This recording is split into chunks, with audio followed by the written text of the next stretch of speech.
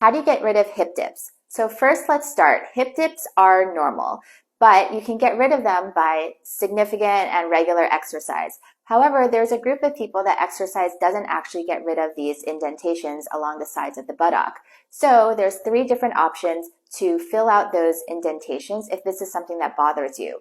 The first one being you can put filler. This is easy. It's an in-office procedure. You'd come in, you go home the same day. You don't need any downtime. The second one is Sculptra.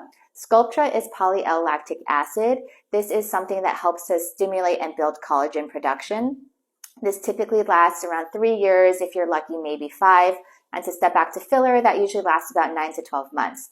The third option to fill in your hip dips would be fat grafting. We've discussed this in other videos, but fat grafting involves taking fat from one area of the body and moving it or transferring it to another part of the body, in this case, the hip dips. This is similar but different from a Brazilian butt lift, also known as a BBL. So in a BBL, you do fat transfer as well, and you typically transfer it to the buttock to get a larger, more rounded shape, but you also typically fill the hip dips at the same time.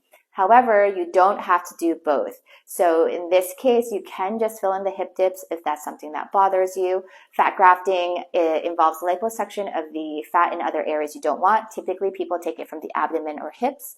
The downtime for this really depends more on the liposuction. So with liposuction, the downtime is typically a couple of weeks, and you have to wear a garment or a binder for about 1 month.